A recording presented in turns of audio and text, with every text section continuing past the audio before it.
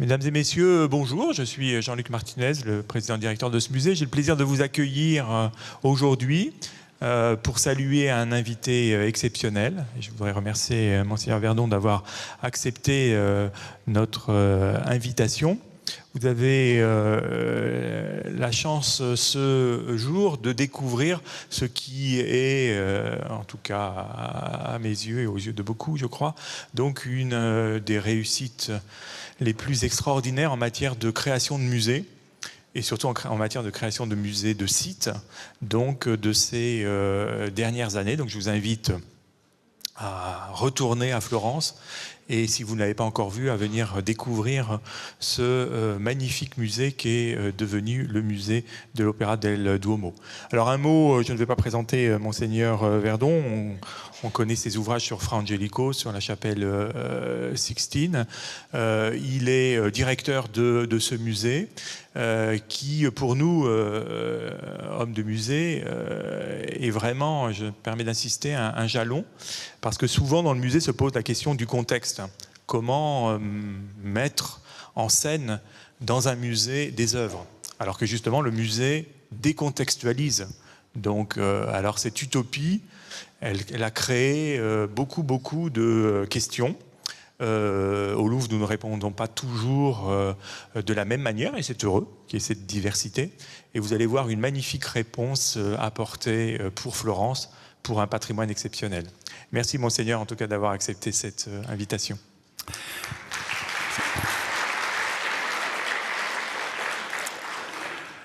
Merci à vous, Jean-Luc Martinez, de cette possibilité de présenter à Paris le nouveau musée de l'Opéra del Duomo, le musée de l'œuvre de la cathédrale de Florence. Il s'agit d'un musée d'église, et parmi nos trésors, il y a cette richesse d'éblouissants objets liturgiques typiques du catholicisme d'autrefois.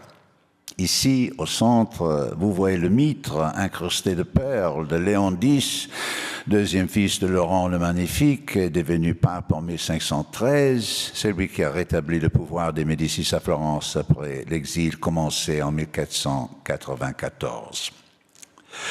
Le musée de l'œuvre de la cathédrale documente aussi l'histoire structurale du bâtiment et possède la majeure collection au monde de grandes maquettes architecturales du XVe, XVIe et XVIIe siècle. Mais Florence est surtout la ville de la Renaissance, et puisque le principal projet du début de cette période était la cathédrale, le musée possède les chefs-d'œuvre qui ont défini le nouveau style de cette époque.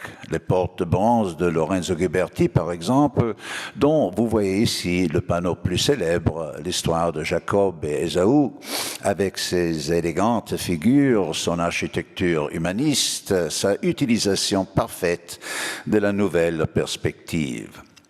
Ou encore les cantorie ou bien galeries des chants réalisées par Luca della Robbia et Donatello pour l'intérieur de la cathédrale, avec, surtout dans la cantoria de Luca della Robbia, cette célébration de l'enfance et de l'adolescence.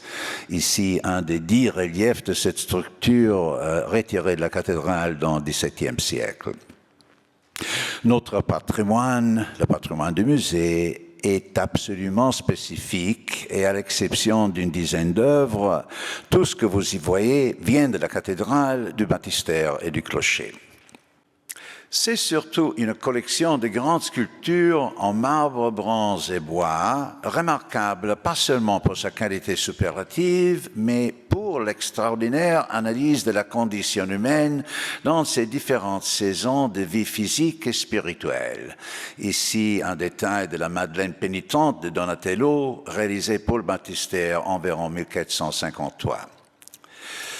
En effet, le premier art à s'ouvrir aux nouvelles idées de la Renaissance sur la dignité de la personne humaine, ici vous voyez un prophète de Donatello, était la sculpture. Et pour connaître la première Renaissance, il est obligatoire de nous venir à trouver pas seulement la première Renaissance. Nous avons aussi les grands sculpteurs du XVIe siècle, Sansovino, Rustici, Baccio Bandinelli, Vincenzo Danti et le dernier Michel-Ange. Ici, son portrait dans la persona de Nicodème, dans la Pietà, sculptée par l'artiste octogénaire pour son propre tombeau. Un vrai chef-d'œuvre d'émouvante introspection spirituelle. Le musée fut fondé en 1891 dans le vieux dépôt de l'œuvre de la cathédrale. La date est importante, à peine 30 ans après l'unification de l'Italie et la création du royaume, dont Florence était brièvement capitale politique et dont elle restait capitale culturelle jusqu'à la Deuxième Guerre mondiale. Le nouveau musée, bien que privé, faisait partie, c'est-à-dire de l'effort général de l'époque de forger un sens de la nation, une identité commune, en témoignant la capacité créative et organisatrice des villes italiennes un temps des États indépendants, en ce cas la République de Florence, ensuite le Grand-Duché. La position du nouveau musée était un élément de ce témoignage. Derrière la cathédrale, à l'ombre du plus grand et plus magnifique bâtiment de Florence, qui, avec sa coupole titanique, constitue la preuve indisputable de la génialité des Italiens et précisément de Filippo Brunelleschi. Le petit musée de la fin du XIXe siècle célébrait cette génialité en réunissant dans ces deux salles à peine, œuvres du lointain passé, avec les projets réalisés entre 1860 et 80 pour la façade néogothique de la cathédrale, comme vous voyez ici dans une photo d'époque. Le petit musée originaire a dû croître dans le XXe siècle pour accueillir les œuvres retirées des monuments pendant la Deuxième Guerre mondiale et ensuite après l'alluvion de l'Arno en 1966. Mais surtout, la conscience des dommages causés par la pollution a créé l'urgente nécessité d'en retirer d'autres et de très grandes, comme les 3 portes de bronze du baptistère et les groupes de monumentales statues qui les surmontent. En plus, nous étions toujours plus mécontents de l'exposition, de la façon d'exposer les œuvres dans les petites salles de vieux musées, façon qui ne permettait que la vision frontale de chefs-d'œuvre pensés par leurs artistes pour être vus à différentes hauteurs et surtout d'en bas. La solution à ce problème d'espace a été finalement trouvée en 1997 avec l'acquisition du bâtiment à côté du vieux musée, un énorme volume utilisé comme garage, mais qui avait été originellement un théâtre. Ici, vous en voyez le plan et l'élévation. Ce théâtre avait été construit dans 1778 sur un terrain vendu alors par l'œuvre de la cathédrale. Plus que d'acquisition, il faut donc parler de récupération d'une propriété originellement nôtre, ou plus exactement de la réintégration de ce qui manquait du grandissime terrain qui était servi comme aire de chantier pendant la longue période de construction de la cathédrale. L'idée du nouveau musée est née du caractère et des dimensions de cet espace théâtral que nous avons décidé de conserver, exploitant la grande salle à un but précis. Notre cathédrale, commencée en 1296 par l'architecte et sculpteur Arnolfo di Cambio, a tout de suite reçu une riche décoration plastique dans le tiers inférieur de la façade. On renvoyait à la fin de la construction l'achèvement de cette décoration. Mais avec le passage du temps, le goût des Florentins était changé et au moment de compléter la cathédrale, on ne savait quoi faire. On pouvait continuer au XVe siècle le style de l'architecture et de la sculpture du XIVe siècle. C'était déjà la Renaissance. On a donc fait quelque chose de très italien. Rien du tout pendant plus de 150 ans. Seulement en 1587, il fut décidé de démanteler ce tiers inférieur et de refaire toute la façade. Mais, et c'est magnifique, avant de procéder à démanteler, l'œuvre de la cathédrale a fait faire un très exact dessin de la façade gothique inachevée. Et c'est sur la base de ce dessin, et grâce aux dimensions du vieux théâtre, que nous avons pu maintenant reconstruire la façade originaire en échelle réelle, en échelle 1 à 1, reportant les 60 statues et reliefs qui y viennent dans leur position correcte. Le but muséologique de cette recomposition architecturale est évident, je crois. Même si plusieurs des statues réalisées pour la façade sont singulièrement des chefs-d'œuvre, elles n'étaient pas sculptées pour être vues singulièrement. Le vrai chef-d'œuvre était toujours l'ensemble. Et il fallait donc recréer l'interaction entre statue et statue dans le mouvement et dans le chiaroscuro de l'architecture pour permettre à chaque élément de ce cœur de retrouver sa voix et pour corriger la lecture faussée de nos œuvres en redonnant à chaque élément son auteur originaire, ce qui change radicalement le sens formel mais aussi la signification morale des statues, et qui permet donc de comprendre l'impact dans leur temps. L'influence, par exemple, de cette statue de Saint Jean évangéliste de Donatello sur un autre Florentin, Michel-Ange, ici le musée d'un siècle après, et maintenant à Rome. Il fallait redonner à cette façade son caractère d'image de la communio sanctorum, la communion des saints, en souvenant que le Nouveau Testament parle des croyants en Jésus-Christ comme des pierres vivantes qui, avec le Christ, pierre d'angle, constituent un temple spirituel. Voilà, à Florence, la nouvelle cathédrale se présentait comme ce temple spirituel fait de pierres vivantes humaines, des statues. Surtout, sur le plan historique, muséologique et interprétatif, il fallait remettre en rapport l'énorme façade inachevée avec le baptistère en face d'elle, les statues en marbre de la façade avec les portes de bronze du baptistère. Toutes trois, les portes, comme les groupes de statues du XVIe siècle qui les surmontent, furent en effet réalisées quand l'ancienne façade était encore à sa place. Et cette première grande salle du musée relance le dialogue entre ces œuvres, le dialogue entre l'Antique, le Moyen-Âge et la Renaissance, qui faisait de la place de la cathédrale à Florence un espace urbain unique en Europe pour la dense concentration de formes plastiques et narratives. La fonction de la grande salle, autrefois théâtre, est précisément de remettre en scène ce drame sacré interprété par nos statues. Le souvenir du théâtre a guidé aussi la conception de toute l'aile nouvelle du musée. Et devant la façade reconstruite, nous avons rangé 3 galeries en forme de loge qui permettent de voir soit les œuvres exposées, soit à travers le mur percé de grandes fenêtres, l'inachevée façade gothique. Je veux dire que le vieux théâtre nous est servi comme métaphore et nous avons recherché des effets franchement spectaculaires parce que sur le plan historique, la place de la cathédrale voulait offrir au monde justement le spectacle du beau au service du saint, de l'art au service de la foi. Voici donc l'idée du nouveau musée, sa philosophie si vous voulez, ou peut-être les mieux dire sa théologie. Maintenant, sortons de nouveau sur la place avant de rentrer au musée de façon plus systématique. Ici, nous sommes devant la porte d'entrée du bâtiment principal, réalisé dans le XIVe siècle comme dépôt du chantier de la cathédrale, alors en construction.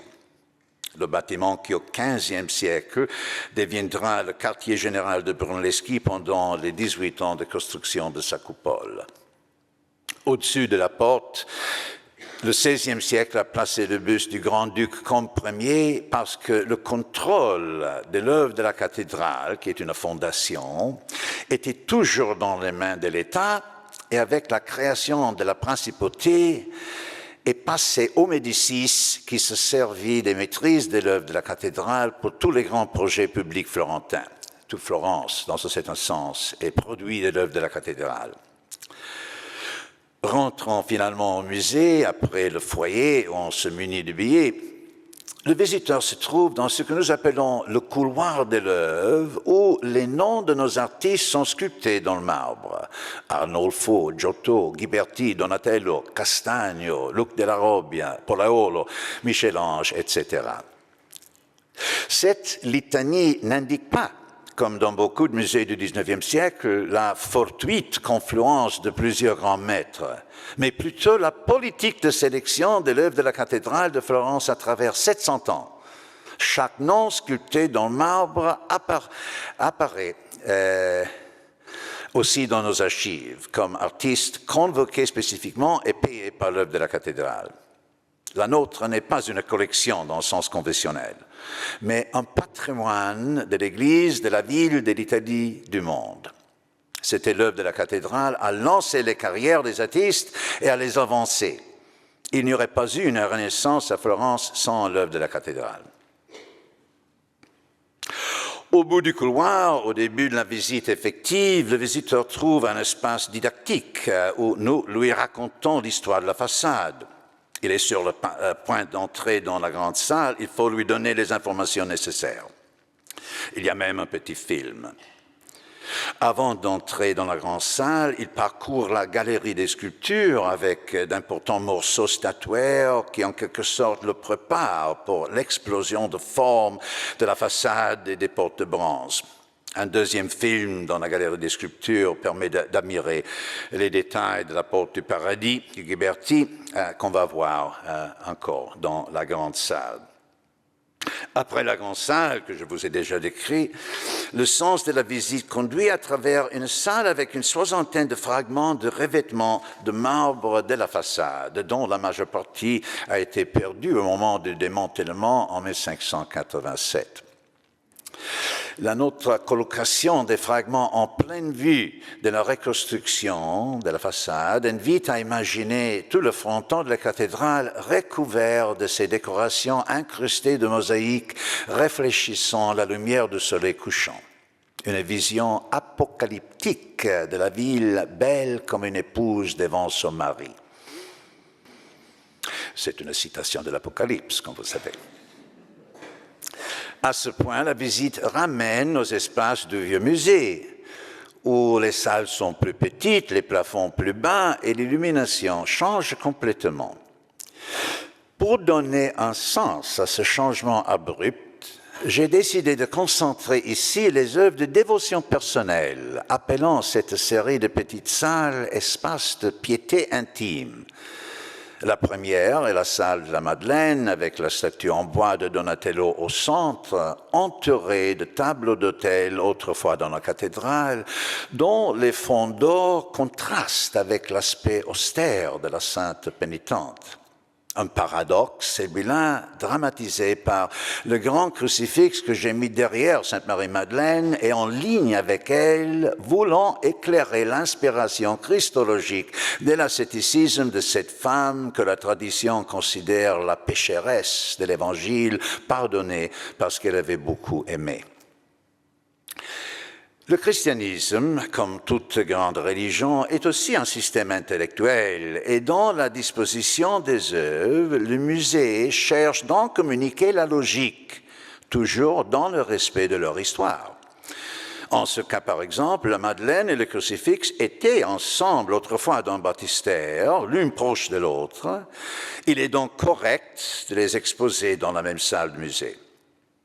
Mais dans un monde globalisé, où ceux qui autrefois auraient compris le rapport entre les deux images, aujourd'hui l'ont peut-être oublié, et beaucoup d'autres n'ont jamais entendu parler du rapport entre cette femme pardonnée de ses péchés et ce jeune homme innocent qui a donné son corps pour les coupables, voilà que la façon d'organiser les impressions et les émotions tout au long du parcours muséologique servent à révéler la beauté profonde de l'œuvre d'art, permettant même aux non-croyants d'en saisir la raison d'être humaine.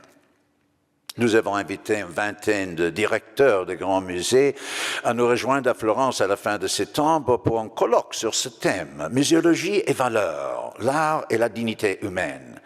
Et je suis heureux de vous confirmer que parmi ceux qui ont accepté notre invitation, il y a M. Jean-Luc Martinez, qui, avec les directeurs de l'Ermitage, du Musée du Vatican, du Bode Museum de Berlin, des Offices de Florence, de la National Gallery de Londres, du Musée islamique de Doha et du nouveau Musée de la Bible de Washington, discutera la mission des musées dans une société globale, la nôtre en rapide évolution.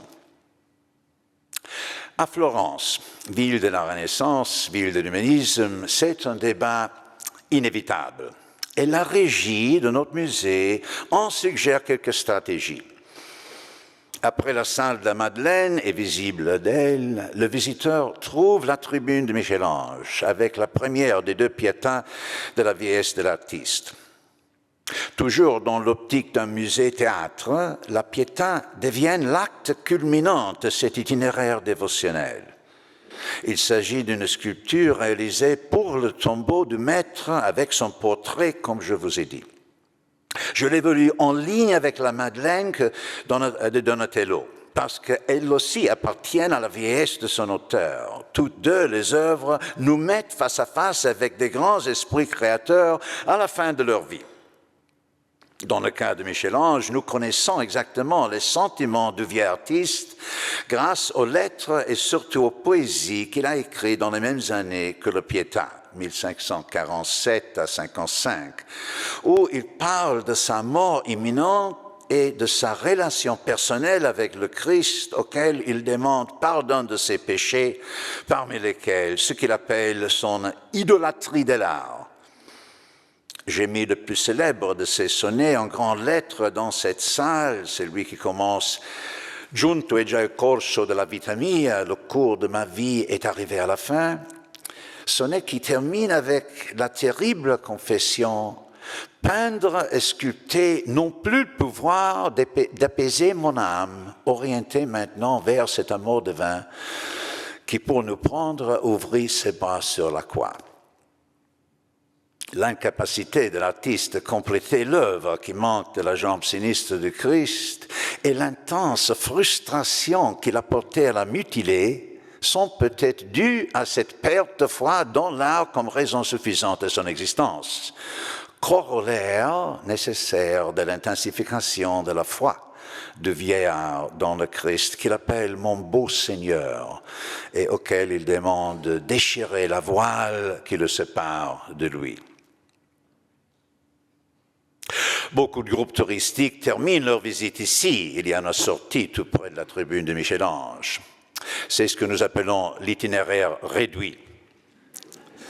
Par contre, ceux qui veulent continuer montent au premier étage où ils trouvent la longue galerie du clocher avec les 5 en relief et 16 grandes statues réalisées au XIVe et XVe siècle pour le campanile, le clocher de la cathédrale.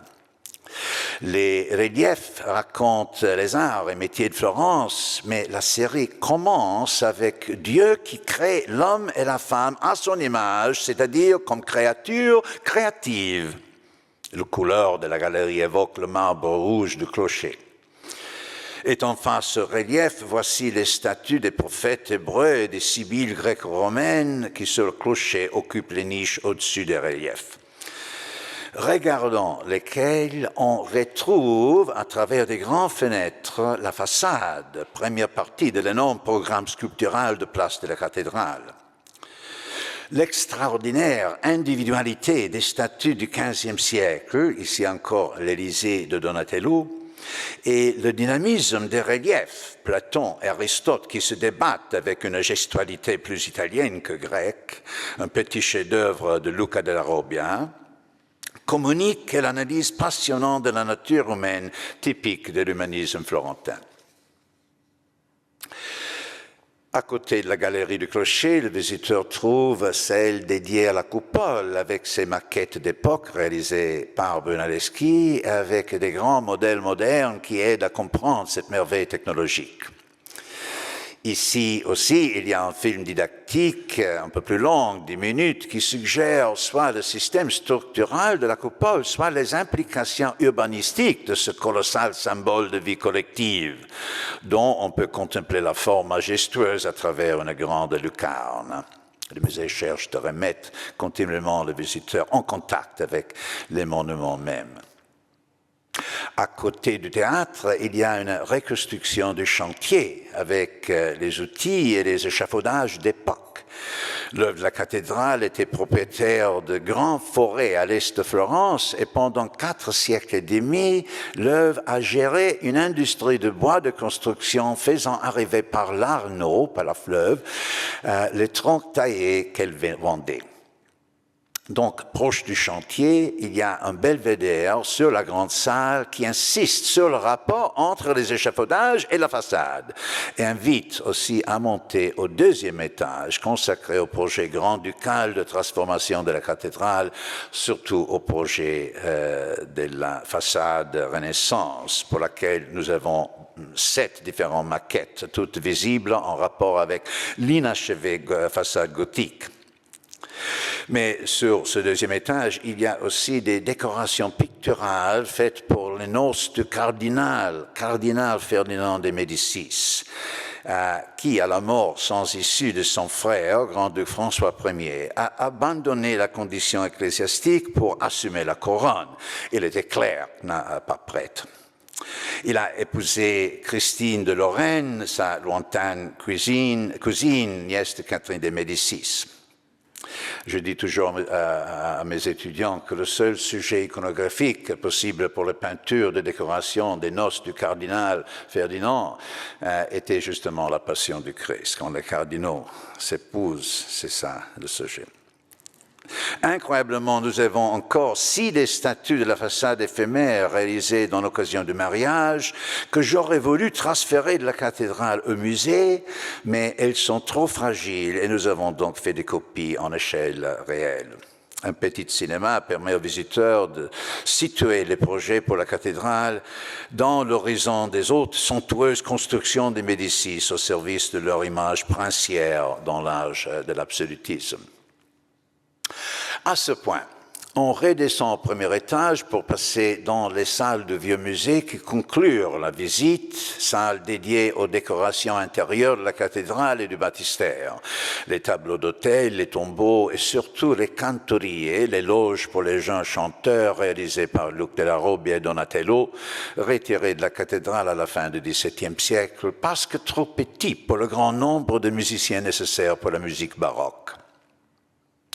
L'originaire fonction des cantoriers est claire, surtout dans celle de Luc della Robbia, ici à votre gauche, où une inscription en grandes lettres cite le psaume 150 avec sa description d'un concert dans le temple de Jérusalem.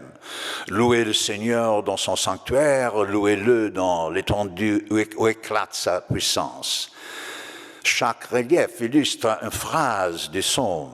Louez-le au son de la trompette, louez-le avec le luth et l'harpe. Ici est illustrée la phrase, louez-le avec le tambourin et avec les danses. Le choix d'interpréter le psaume avec des enfants et des adolescents est fort significatif. Les cantoriers ont été commissionnés au moment de l'achèvement de la coupole qui complétait la construction de la cathédrale, commencée 140 ans avant. Et les charmantes icônes de jeunesse que vous voyez ici communiquent la vitalité que la Renaissance expérimentait dans son propre élan créateur. Les figures de Luc della Robbia ouvrent la saison typiquement florentine de célébration de l'enfance qui verra développée par d'autres artistes comme Botticelli. Il nous confirme que l'intérêt humaniste dans l'âme commençait avec l'enfant et l'adolescent, c'est-à-dire avec les premières expressions de notre dignité et de notre beauté humaine. Il faut rappeler aussi que ces 2 galeries pour les chants étaient placées dans la cathédrale, dans la lumière de l'espace titanique à l'intérieur de la coupole, au-dessus de l'autel majeur, et que les 6 ou 7 milliers de personnes dans la nef qui regardaient vers l'autel voyaient ces enfants. parmi ces milliers de personnes, la plupart avaient perdu au moins un fils ou une fille dans l'enfance, et cette vision sculptée en marbre blanc au-dessus de l'autel était comme l'assurance que leur créature était maintenant avec le Créateur, leur fils avec le Père dans la lumière de la résurrection. Après la salle de l'Écantorier, qui suggère l'ameublement du sanctuaire de la cathédrale au XVe siècle, on passe dans une petite salle octogonale qui évoque le nouveau chœur de marbre créé dans le sanctuaire au XVIe siècle, à l'époque du grand-duc Comte Ier, par le sculpteur Baccio Bandinelli. Ce grand chœur, ici reconstruit en modèle, radicalement simplifié au XIXe siècle, avait plus de 80 reliefs, dont maintenant 24 sont au musée. Vrai chef-d'œuvre du manierisme florentin de la moitié du XVIe siècle. Les reliefs adornaient le mur qui renfermait le sanctuaire, au-delà duquel les croyants voyaient l'évêque et les prêtres à l'autel. Nous avons donc rempli les vitrines au-dessus des reliefs avec des chasubles de l'époque. Cette salle du chœur est le vestibule du trésor où, parmi d'autres objets précieux, le visiteur trouve la croix et l'autel d'argent façonnés dans le XIVe et XVe siècle pour le baptistère, où tous les ans, dans le baptistère, le 24 juin, fête de Saint-Jean-Baptiste, on célèbre le patron de la ville, justement, le précurseur. La croix, haute plus que 2 mètres, est l'œuvre d'Antonio Pollaiuolo. L'autel, réalisé par plusieurs maîtres, recouvre une période très longue de 1366 à 1480, et parmi les 2 reliefs racontant la vie du précurseur, il y a un, la décapitation de Saint Jean de Andrea del Verrocchio, où aujourd'hui beaucoup d'experts voient la collaboration de Léonard de Vinci, élève de Verrocchio, encore à Florence, au moment d'exécution du relief environ 1478. Les traits de certains-uns de ces personnages ressemblent en effet à ceux que nous trouverons quelques années plus tard dans les dessins de Léonard.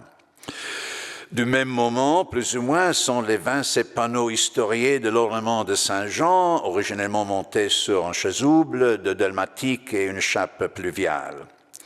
Les panneaux qui racontent la vie du saint ont été réalisés par une équipe de brodeurs venus de l'Europe ultramontaine, parmi lesquels un de Navarre et un de Perpignan. Les dernières salles du musée illustrent les projets pour l'actuelle façade néogothique de la cathédrale. À Florence, comme ailleurs, le choix du style gothique représentait le refus des fastes de l'Ancien Régime et renvoyait à la Florence communale et libre de l'époque précédant le Grand-Duché. Référence très importante dans l'Italie du Risorgimento, qui luttait pour se libérer de l'Autriche au nord d'une monarchie d'origine espagnole au sud et du pouvoir temporel des papes au centre. La riche décoration sculpturale de la façade du XIXe siècle évoque le programme de sculpture de la première façade de la cathédrale que le visiteur a déjà vu en reconstruction au début de sa visite, tandis que les mosaïques extérieures dont nous conservons les preuves picturales en suggèrent la modernité. Notre musée est donc spécifique à nos monuments, dont le plus important, la cathédrale avec sa coupole, est visible de notre terrasse panoramique.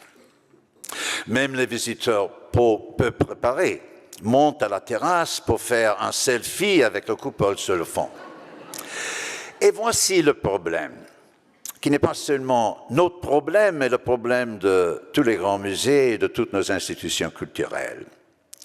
Comment éviter que tout ce que je vous ai dit ne devienne que le fond d'un selfie? Comment communiquer le vrai sens de ces témoignages architecturaux, sculpturaux, picturaux? Nous avons tenté, au Musée de l'Œuvre de la Cathédrale, un travail d'intégration historique, racontant dans notre musée, derrière la cathédrale, la foi, les idées, les aspirations personnelles et collectives, la foi, la conviction que tout ce qui est humain intéresse à l'homme. Tout ce qui est humain intéresse à l'homme. C'est là le sens du colloque de fin de septembre dont je vous ai parlé. Museology and Values, muséologie et valeurs, l'art et la dignité humaine. Est-ce vrai que l'expérience de la beauté change notre vie? La Renaissance en était convaincue.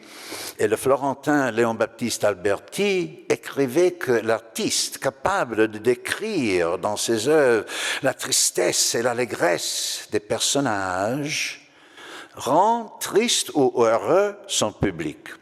Rend triste ou heureux son public. Parce que la nature humaine est avide de sentiments qu'elle peut reconnaître. C'est la tâche de notre temps, je crois, et de façon particulière de nos musées, de partager avec les autres, même avec ceux qui viennent de loin, les belles choses qui expriment nos tristesses et nos joies, les œuvres de notre créativité. Ce partage est aussi un acte de foi en nous-mêmes et en l'autre, auquel nous attribuons la capacité et la volonté de nous comprendre. Et cette foi qui s'incarne dans nos monuments et dans nos musées nous sauvera parce que la communication des idées intelligentes et généreuses prépare la communion des esprits. Merci.